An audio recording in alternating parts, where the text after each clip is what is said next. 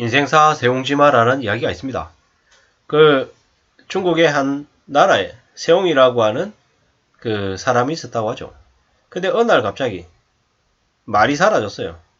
말이 사라져가지고 아씨 말이 없어졌구나 하고 그렇게 되게 속상해 하는데 뭐 그 말이 또 다른 말을 데리고 오죠.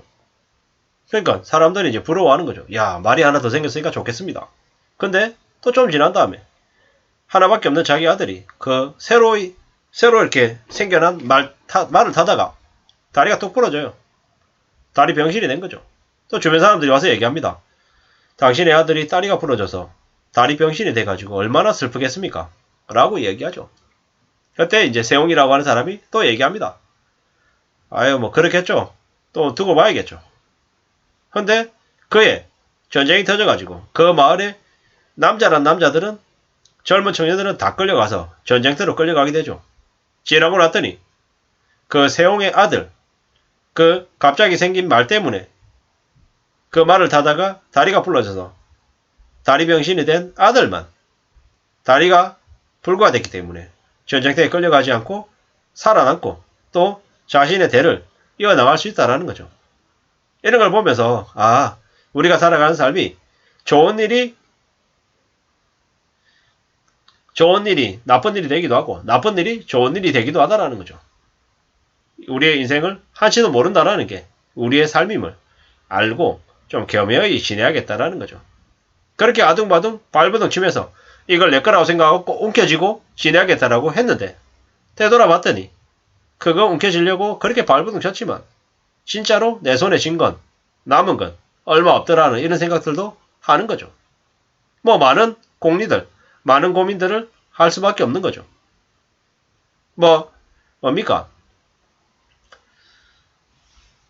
갑자기 생각이 안 나는데 그 책의 제목이 있는데요. 당신이 이렇게 이 넓은 땅에서 당신이 뛰어다니면서 당신의 땅이라고 해가지고 이렇게 선만 끄면 그 땅 니한테 다 주겠다라고 이제 악마가 와서 얘기하죠. 그래서 이제 그 농부는 땅을 한 뼘이라도 더 갖기 위해서 미신을 씻어다니면서 계속 이제 자기 땅 표시를 하죠. 근데 나중에 너무 무리하게 달린 탓에 이제 세상을 떠나게 되는 거죠. 알고 봤더니 자기가 쓰러져서 누운 자리 그 자리만이 짧게 되고 나머지 것들은 다 허사가 되더라는 거죠. 이런 얘기들 들으면 우리가 삶을 좀 더 멀리 내다봐야 되고 겸손해야 되고 좀 더 나은 자세로 지내야겠다는 생각을 더 많이 하게 됩니다. 당장에 지면 그게 큰 손해가 되고 나한테 안 좋을 것 같지만 어쩌면 이기는 법만 아는 게 아니라 지는 법을 알아야 우리의 세상에 우리의 삶에 화가 덜 미칠 수 있다라는 거죠. 이제 그런 얘기도 많이 하잖아요. 산을 오를 때보다 내려갈 때 더 조심해야 된다고. 올라갈 때야 힘들거렸지만 정상을 맞이하겠다라는 그 마음 때문에 열심히 힘을 냅니다. 근데 내려갈 때는 이제 산의 정상에서 내려와서 이제 낮은 곳으로 보통 사람들이 있는 곳으로 내려와야 되는 거죠. 근데 그런 것들을 못 견뎌하고 내가 정상에서 아주 좋은 경치를 우러러보던 사람인데 내려다보던 사람인데 내가 감히 당신들하고 같이 내가 섞일 위인이 아닌데 이렇게 얘기하면 어떤 취급을 받습니까? 꼰대, 또라이, 상종 못할 사람으로 보는 거죠. 내가 대접을 해주려면 어때야 됩니까? 남들에게 대우를 해줘야 되는 거죠. 나이하고 상관없이요. 이런 거죠.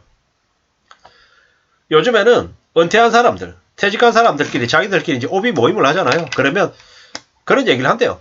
그 모임에 만약에 회장이 있다고 하면 회장은 밥을 5번 먹으면은 회장이 밥을 2번 사야 된대요.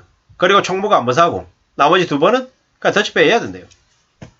그러니까 회장이 회장으로서의 목소리를 내려면 어떻게 해야 된다? 거기는 나는 밥 사줘야 된다는 거죠. 밥 사주고 커피 사주고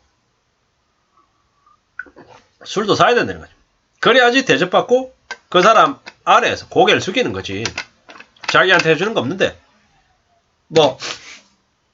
고개를 숙인다? 세상에 그런 거 없다는 거죠. 하다못해 200원짜리 자판기 커피 한 잔이라도 사주는 사람한테 고개를 숙이는 거지 자기한테 아무런 뭔가를 해주는 게 없는 사람한테 누가 고개를 숙이냐라는 거죠. 그리고 뒤집어서 얘기하면 내가 다른 사람들의 인심을 얻으려면 내가 좀 더 낮은 자세로 그들에게 뭔가를 베풀어야 된다는 거죠. 그래야 된다는 거죠. 베풀지 못한다라고 하면 좀 더 낮은 자세로 상대방을 대우해주고 고생 많다, 감사하다라는 표현이라도 자주 해야 된다는 거죠. 그래야 그 사람을 내 사람으로 만들 수 있고 또 내가 도움을 주기도 하지만 또 도움을 받을 수 있다는 거죠. 그리고 살아가다 보면 전화위복이라고 있습니다. 전화위복 뭡니까? 무슨 의미입니까? 불행한 일이 있어도 노력하면 기쁜 일이 온다.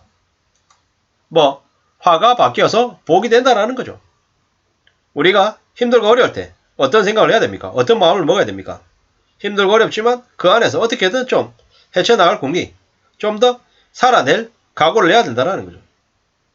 그래야 그 안에서 내가 좀 더 그래도 살 길을 모색할 수 있을 것 같습니다. 살 길을 모색해야죠. 모색하는 게 좋죠. 뭐 잘 궁리해야죠. 애써야죠. 뭐 좀 더 괜찮게 지낼 각오를 해야 된다는 거죠. 근데 그게 그냥 되지 않잖아요. 뭐 좀 더 마음 단단히 먹어야죠. 마음 단단히 먹어야 뭐가 돼도 되는 거 아니겠습니까? 그런 생각을 좀 계속 하자라고 제가 이제 제 자신한테 계속 얘기하고 싶은 거죠. 인생사 세웅지마다 지금 당장 네가 힘들고 어렵고 답답하고 앞이 안 보이는 것 같지만 그래도 그게 어떤 식으로 어떻게 좀 괜찮은 길이 될지도 모른다. 그렇기 때문에 힘들고 어려울 때 그 힘듦 안에 어려움 안에 나름의 길이 만들어질 수 있다. 절대로 낙심하거나 암담해하지 마라. 너의 인생은 다른 누군가가 아니라 네 스스로 개척할 수 있다. 이렇게 마음을 먹으면 좋겠다라는 거죠. 다만 내가 좋은 의도로 움직이더라도 상대방이 나에게 욕을 할 수도 있고 그 내 노력과 정성을 인정 안 할 수도 있다. 나 몰라 안 할 수 있다라는 거죠. 그렇기 때문에 어떻게 살아야 되나? 어떻게 지내야 될까? 고민스럽고 많이 힘들 수 있다. 하지만 확실한 건 뭐다? 좀 더 강한 마음, 의지가 굳은 것들, 이런 것들을 좀 꾸준히 성실하게 내보이면 된다는 거죠. 그럴 때 그런 가능성들, 그런 마음들을 먹을 때 뭐가 되겠습니까? 길이 열 수 있다는 거죠. 저는 저의 삶을 사는 거고 여러분들은 여러분들의 삶을 삽니다. 그 삶 안에 일을 하면서 사람들을 만나면서 온갖 우여곡절들이 분명히 있을 겁니다. 하지만 잘 생각해 보시면 안 좋았다고 생각했던 것들이 지나고 보니까 괜찮은 일이었고 괜찮다고 생각했던 일이 지나고 보니까 나한테 화를 주는 일도 있더라는 거죠. 어떻게든 성실하게 착실하게 악착같이 자기의 삶을 살아내겠다라는 그런 각오로 뒤흔들리지 않고 지내야겠다라는 말씀을 드립니다. 인생사 세웅지마다 그 말이 주는 의미를 잘 새겨야 될 것 같습니다. 감사합니다.